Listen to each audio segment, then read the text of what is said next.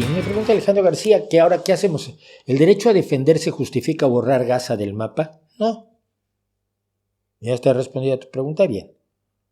El solo hecho que la hagas tiene una implicación con cierta insidia. Es decir, lo que está sugiriendo es que alguien cree que es legítimo borrar a Gaza del mapa y que esa persona que cree que es legítimo borrar a Gaza del mapa está muy equivocada y debe ser enfrentada. Yo creo que muy pocas personas están pensando en borrar a Gaza del mapa. Pero si te pones a matizar, hay una serie de problemas que yo me pregunto siempre, independientemente de lo repugnante que es Netanyahu, que él cree en la solución de un solo Estado, igual que Hamás. Aunque no le llevaría a cabo de la misma manera. No sé qué fue eso. No sé qué fue eso.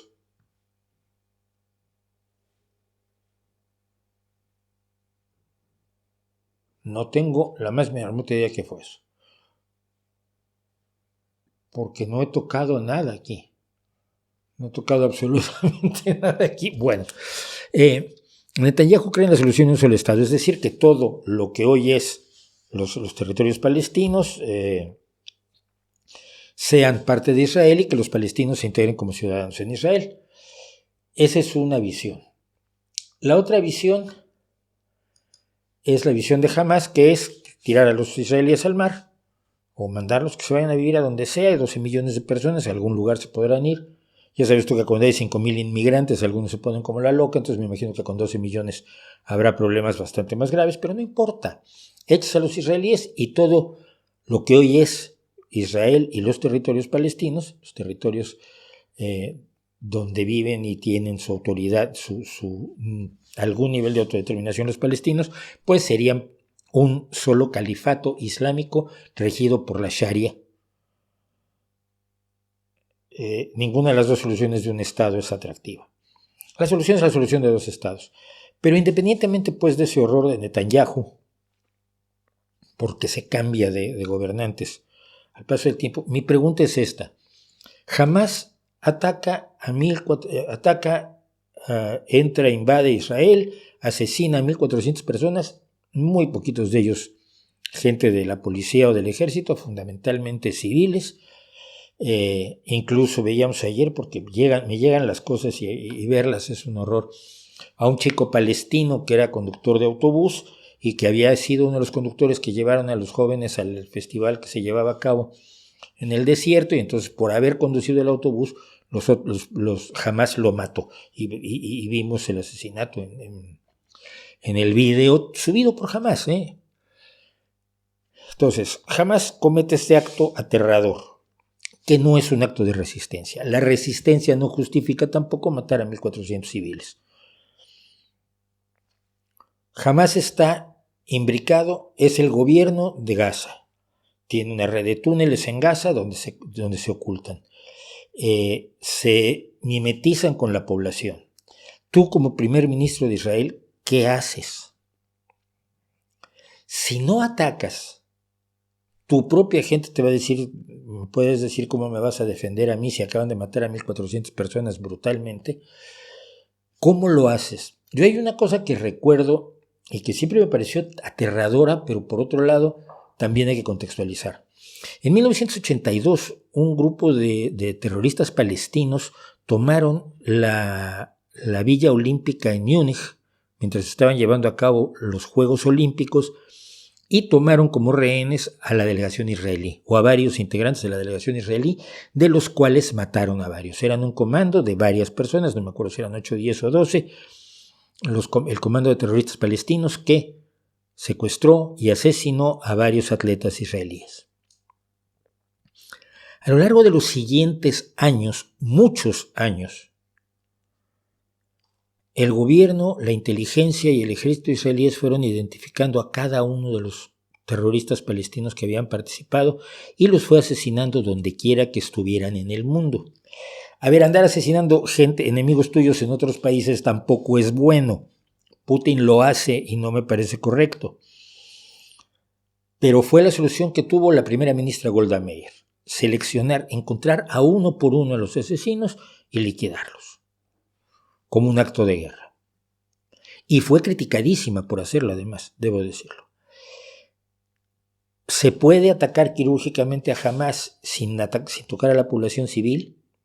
¿Se tiene que tocar a la población civil? Quizás se tenga que tocar a la población civil, pero quizás ha habido un exceso absolutamente clarísimo, inaceptable, indefendible. Y Netanyahu está constantemente recurriendo a esto. Oye, cuando se bombardeaban las ciudades alemanas durante la Segunda Guerra Mundial, se mataban civiles. Es normal, esto pasa siempre. Sí, cuando Alemania bombardeaba Londres, pues no estaba bombardeando objetivos militares, estaba tratando de destruir Londres. Y mató a muchísimos civiles. Y así sucesivamente.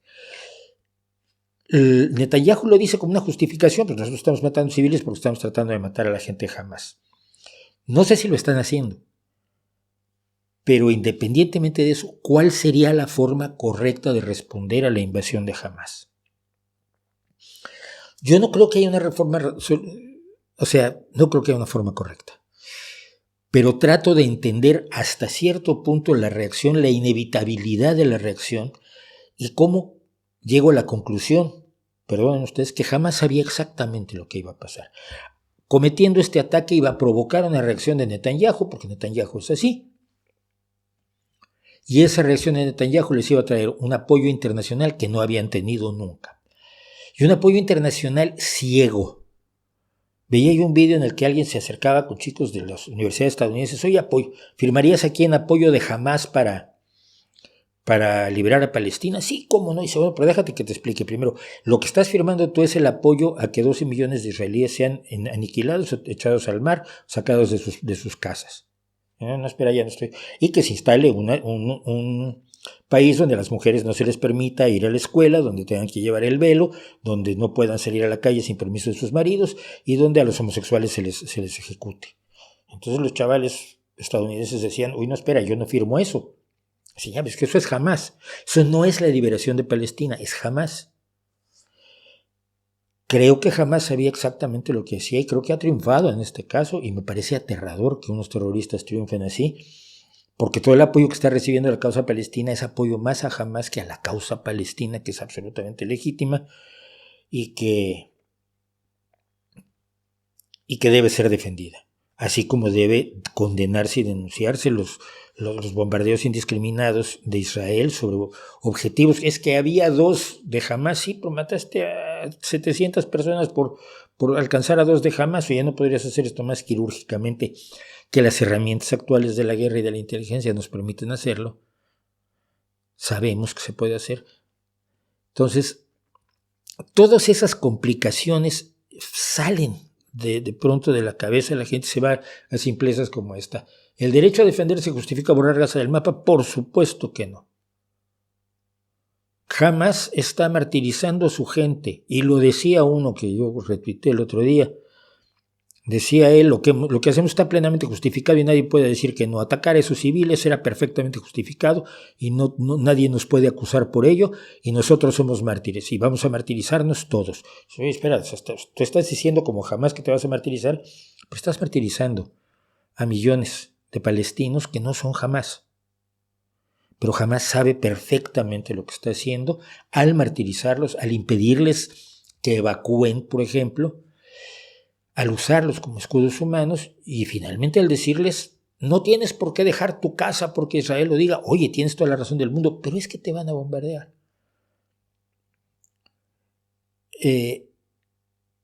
No estoy tomando posición, estoy tomando posición a favor de los civiles, no a favor de Netanyahu, ni de Hamás, ni de Israel, ni de Palestina. Estoy a favor de que los israelíes vivan en santa paz y que los palestinos vivan en santa paz y que acaben finalmente poniéndose de acuerdo, aunque sean cansados de tanta violencia. Estoy tomando partido por los civiles, pero estoy tratando de meter elementos que expliquen la complejidad que tiene este asunto, las presiones que hay de todo tipo que se están ejerciendo en este momento a nivel internacional, principalmente contra Israel y contra los judíos. promoviendo el antisemitismo del que hablábamos la semana pasada, que también hay una islamofobia o una arabofobia que se ha expresado en otros lugares. Se polariza a la gente y eso tiene un valor de propaganda de guerra. No caigamos, no hagamos propaganda de guerra, pues. La persecución de los asesinos de los atletas es el guión de la película La espada de Gedeón. Creo que era el nombre de la operación que se puso en marcha, exactamente eso. No fue en el 72. Si dije el 82 es un error mío. Lo que ocurrió fue en las Olimpiadas, los Juegos Olímpicos de Múnich, 1972, que fueron inmediatamente después de los Juegos Olímpicos de México en el 68. En la base de Pablo Iglesias dice de que jamás ha sido financiado por Israel. A ver, espérate. Creado y financiado son dos cosas distintas. Te voy a explicar una cosa que es importante que sepas. Desde 2005 Hamás es el gobierno en la Franja de Gaza. Ganaron las elecciones y luego ya no hicieron otras porque pues ya se quedaron. Si tú envías ayuda a la Franja de Gaza, pasa por las manos de Hamás. Quieras o no, son el gobierno. Cuando te dicen que el Ministerio de Sanidad de Gaza dio tal cifra de muertos, es el Ministerio de Sanidad de Hamás. ¿Ok? Cualquier ayuda que des tú a Gaza, como el dinero que Israel da a Palestina, en el caso de Cisjordania va a manos de la Autoridad Nacional Palestina, pero en el caso de la Franja de Gaza va a manos de Hamás. Hamás decide cuánto utiliza de cierta manera y cuánto utiliza para comprar cohetes para lanzarlos contra Israel. ¿Ok?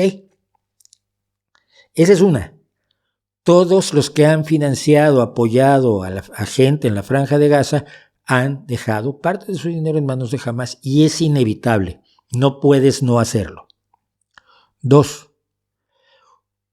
Durante un tiempo, para desactivar a la OLP, que era una organización de izquierda y laica, aunque tenía también, o se inició también como una organización terrorista, el gobierno de Israel financió a grupos islamistas como la Yihad Islámica o Hamás, dio recursos a estas organizaciones para que fueran el contrapeso de la poderosísima organización de Yasser Arafat. No lo hicieron para promover el islamismo. Nunca pensaron que el islamismo fuera a crecer como creció. Lo hicieron para desactivar una organización laica y de izquierda, con una visión social, que era la Organización para la Liberación de Palestina, cuando Yasser Arafat era su presidente. Cuando Yasser Arafat firma, después de que Yasser Arafat firma la paz con Israel, con Yitzhak Rabin, lo cual deriva en la muerte de los dos y el reinicio de las hostilidades. ¿Ok? Entonces sí, Israel cometió el error de pensar en desactivar a la OLP a través del apoyo encubierto a las organizaciones islamistas, sin jamás pensar que esas organizaciones islamistas tendrían todo el poder necesario para hacer lo que están haciendo después. ¿Ok? Si es lo que dices es cierto, pero tiene muchísimos matices y muchísimos elementos que hay que tener en consideración. Que fue una estupidez, por supuesto. Que fue una barbaridad, que fue un crimen más de Netanyahu fundamentalmente, sí. Pero no es como de allí a decir Israel creó a Hamás, ¿para qué? ¿O por qué? ¿Cómo va a crear una organización así? No, apoya una organización así porque es un contrapeso para aquella otra y nada más. Como Estados Unidos financió a los mujahidines en contra de la Unión Soviética en Afganistán y luego se encontró con el problema de que los mujahidines se derivaron posteriormente en el 94, mucho tiempo después de que Estados Unidos había salido de Afganistán, derivó en los talibanes. Pero no creó Al Qaeda, ni creó los talibanes, ni creó al Daesh. Las cosas son más complejas y hay que estudiar la historia para saberlo. ¿Ok?